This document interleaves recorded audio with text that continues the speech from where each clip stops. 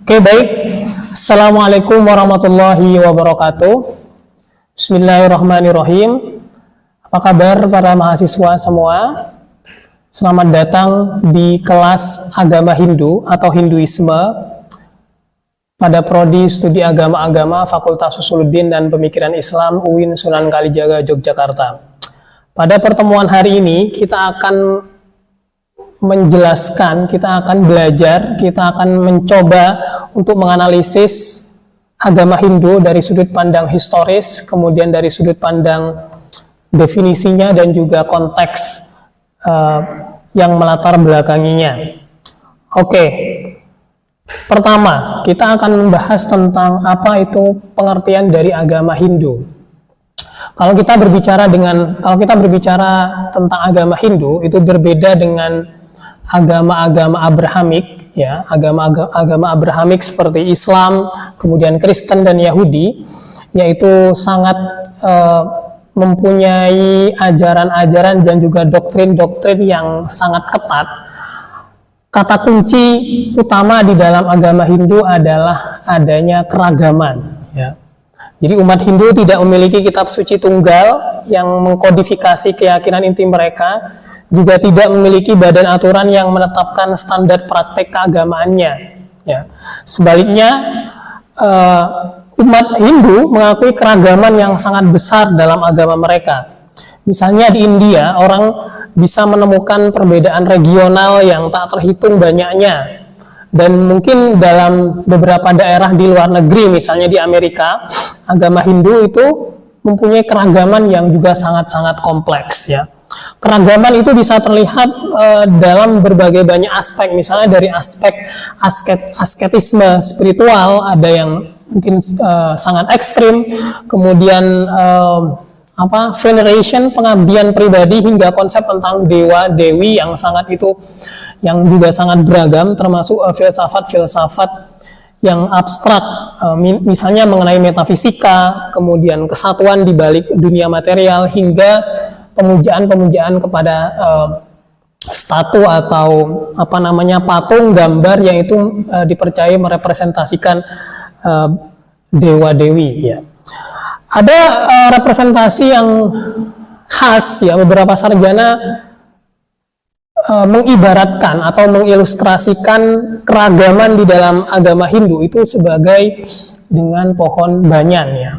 Mungkin di Indonesia pohon banyan ini identik dengan pohon beringin, di mana cabangnya itu banyak, ya, tetapi punya akar yang sama. Sama halnya dengan agama Hindu, cabang ini merepresentasikan keragaman ekspresi, keragaman doktrin bahkan, ya, tetapi punya satu akar yang sama. Nah, di sini ada berbagai macam dewa-dewi yang itu sangat beragam. Misalnya kita tahu ada Trimurti, kemudian ada, ya, Trimurti yang terdiri dari misalnya Shiva, kemudian Brahma dan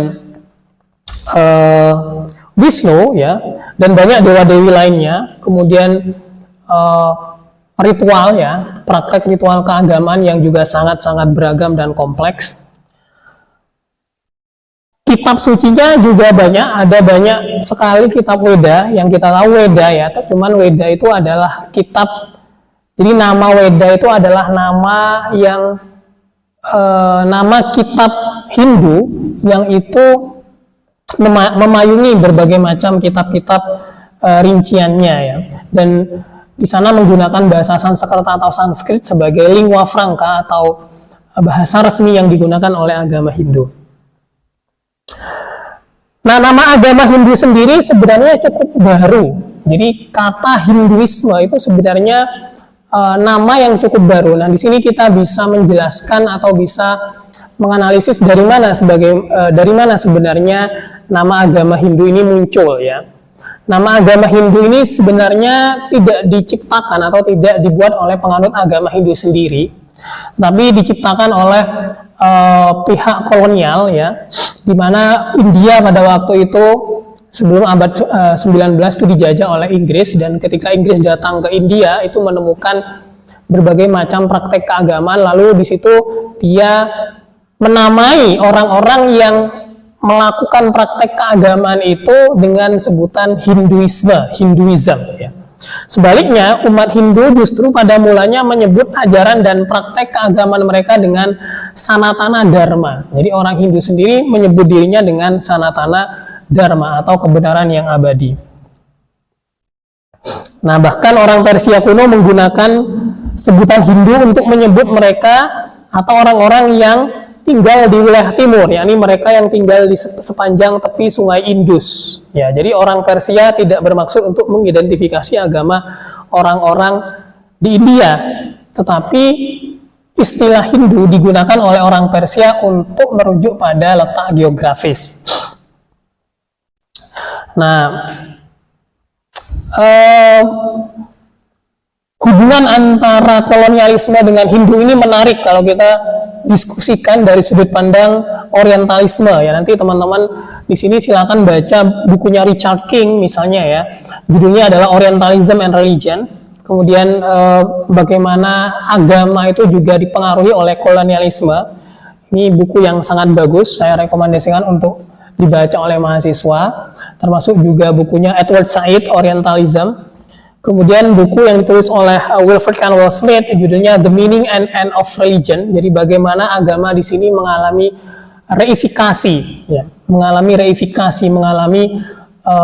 standarisasi dan seterusnya. Kemudian dalam konteks Indonesia, silakan baca bukunya Michel Picard, judulnya adalah The Politics of Religion in Indonesia.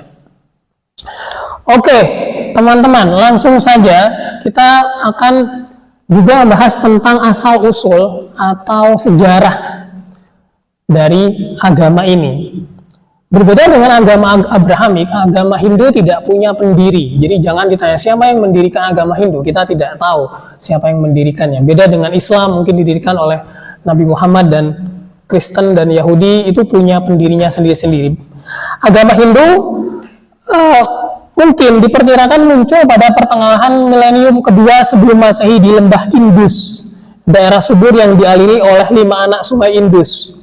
Mungkin hari ini daerah ini dikenal dengan sebutan Punjab atau 5 sungai yang menjadi tanda pemisah antara negara India dan Pakistan hari ini. Dari sekitar 2300 hingga 2000 sebelum Masehi, peradaban perkotaan yang kompleks berkembang di lembah Indus. Dan lembah ini memiliki 2 kota besar, yaitu kota Harappa dan Mohenjo-daro, dan juga sejumlah kota dan juga permukiman lain. Nah, di dalam 2 kota tersebut terdapat keseragaman budaya yang dalam segi arsitektur, seperti ukuran batu bata, serta penataan kota yang saling terhubung satu sama lain. Secara keseluruhan, peradaban lembah Indus tersebar lebih dari 400 mil persegi. Nah, ini adalah peta dari peradaban sungai Indus atau Indus Valley Civilization, di mana 2000 tahun sebelum Masehi agama Hindu muncul ya. Dan dalam konteks penelitian sekarang itu banyak penelitian arkeologis yang menyebutkan bahwa peradaban yang ditemukan di dalam sungai Indus itu mirip dengan apa yang dipraktekkan secara religius, secara spiritual oleh umat Hindu di India hari ini. Nah, ada 2 teori mengenai tentang kemunculan agama Hindu. Yang pertama adalah teori Dravida. Ya, teori Dravida ini adalah teori yang mengatakan bahwa agama Hindu itu muncul pertama kali dan dipraktekkan oleh orang natif atau orang asli India. Ya. Banyak hal dalam agama Hindu mungkin telah ada dalam agama-agama yang dipraktekkan oleh masyarakat Dravida awal di India. Ada juga pusat kota maju di lembah Indus dari sekitar 2500 sebelum Masehi atau bahkan lebih awal hingga 1500 sebelum Masehi. Nah, ini adalah teori yang pertama, teori Dravida. Tetapi ada juga teori yang kedua disebut dengan teori Aryan, yaitu bangsa pendatang. Jadi berbeda dengan teori Dravida yang mengatakan bahwa agama Hindu ini dipraktekkan oleh orang asli India. Teori Aryan mengatakan bahwa agama Hindu ini dipraktekkan oleh pendatang. Ya. Terlepas dari pertanyaan apakah peradaban awal ini memengaruhi Hinduisme, sebagian besar periode pertama Hinduisme berasal dari orang-orang penggembala nomaden yang menyebut diri mereka dengan Arya atau ras bangsawan. Ya. Banyak sarjana di abad sebelumnya percaya bahwa bangsa Arya telah menyeberangi Himalaya dari Asia Tengah dan menguasai atau menaklukkan penduduk lembah Indus. Jadi teori ini mengatakan bahwa agama Hindu dibawa oleh bangsa pendatang. Nah, ada banyak sejarah Hinduisme ya, mulai dari 2300 tahun sebelum Masehi BCE. Jadi ini agama yang sangat-sangat tua sekali ya. Ini semua akan kita pelajari di dalam mata kuliah pengantar Hinduisme ini hingga sekarang dalam konteks pasca kolonialisme ya, setelah abad 19, setelah India merdeka. Ini kitab suci agama Hindu ya, Weda. Setidaknya inilah Weda yang disebut dengan Weda Samhitas ya, ada Rig Veda, Yajur Veda, sama Veda, Atharva Veda. Baik, mungkin itu saja sebagai pengantar pertemuan pertama. Nah, minggu depan kita akan membahas secara lebih rinci, secara lebih dalam mengenai sejarah agama Hindu. Demikian, kurang lebihnya mohon maaf. Wassalamualaikum warahmatullahi wabarakatuh.